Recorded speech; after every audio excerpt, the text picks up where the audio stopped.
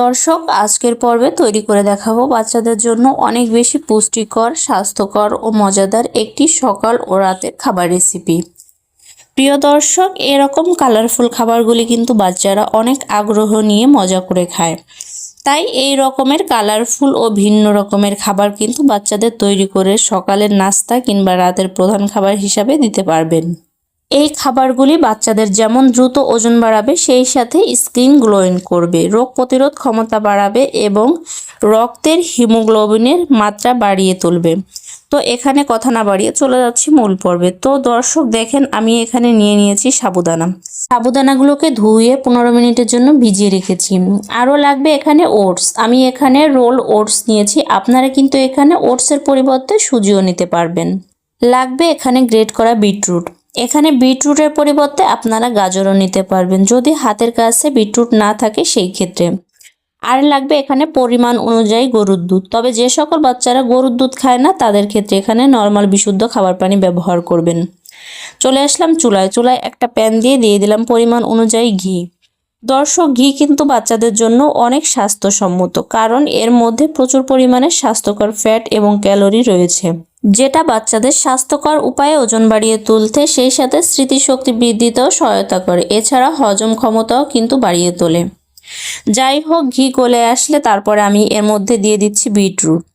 আর এই বিটরুট কিন্তু গাজর, মিষ্টি আলুর মতোই একটি সবজি। আর এই বিটরুট ভিটামিন ও খনিজ উপাদানে ভরপুর, যেমন iron, zinc, iodine, calcium, magnesium, manganese, folate, vitamin বি6, ভিটামিন সি ইত্যাদি উপাদান আছে। এতে আরও রয়েছে প্রচুর পরিমাণে ফাইবার ও অ্যান্টিঅক্সিডেন্ট। তো আশা করি বুঝতেই পারছেন কতটা পুষ্টি উপাদানে ভরপুর এই বিটরুট। তো বিটরুট আর ওটস দিয়ে আমি প্রায় 1 থেকে 1.5 মিনিটের মতো ভেজে নিয়েছি। তারপরে এর মধ্যে দিয়ে দিচ্ছি গরুর দুধ। এবার এর মধ্যে দিয়ে দিচ্ছি ভিজিয়ে রাখা সাবুদানা। তারপরে নাড়াচাড়া করে ভালো করে মিশিয়ে নিয়ে দিয়ে দিচ্ছি 1 চিমটির মতো লবণ। তবে যে সকল বাচ্চারা লবণ না খেয়ে অভ্যস্ত তাদের ক্ষেত্রে কিন্তু আপনারা এখানে লবণ ছাড়াও খাবারটি রান্না করতে পারবেন। আর আমি এখানে আরও দিয়ে দিচ্ছি স্বাদের জন্য 1 চা চামচ পরিমাণে লাল চিনি। আপনারা চাইলে মিশ্রি অথবা আখের গুঁড়ো ব্যবহার করতে পারবেন। তো এখন হচ্ছে আর কোনোই কাজ নেই, জাস্ট নেড়ে চেড়ে আমরা খাবারটিকে ভালো করে সিদ্ধ করে নিব। আর এই অবস্থায় কিন্তু চুলার আঁচ মিডিয়ামে রাখতে হবে। আর এই তো 5 থেকে 6 মিনিটের মতন রান্না করে নিয়েছি। এখন কিন্তু খাবারের ঘনত্বটা এরকম অবস্থায় চলে আসছে। আর অবশ্যই সাবুদানা কিন্তু খুব ভালো করে সিদ্ধ করে তারপরে রান্না করার চেষ্টা করবেন। তো এখন হচ্ছে যে যেমন লিকুইড রেখে বাচ্চাকে খাওয়াতে চান সে সেভাবে চুলা থেকে নামিয়ে নেবেন। আমি এই অবস্থায় চুলা থেকে নামিয়ে নিচ্ছি, কারণ এরকম খাবার কিন্তু একটু ঠান্ডা হয়ে গেলে কিছুটা ঘন হয়ে আসে। দর্শক, কালারটা কিন্তু অসাধারণ আসছে। আর কালারফুল খাবারগুলো কিন্তু বাচ্চারা খুব আগ্রহ এবং মজা করে খায়।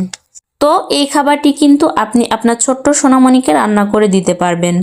বাচ্চারা খুব মজা করে খাবে এবং অল্প খাবারে বেশি পুষ্টি পাবে। দর্শক, এই ছিল আমার আজকের আয়োজন। ভিডিওটি ভালো লাগলে প্লিজ একটি লাইক দিবেন।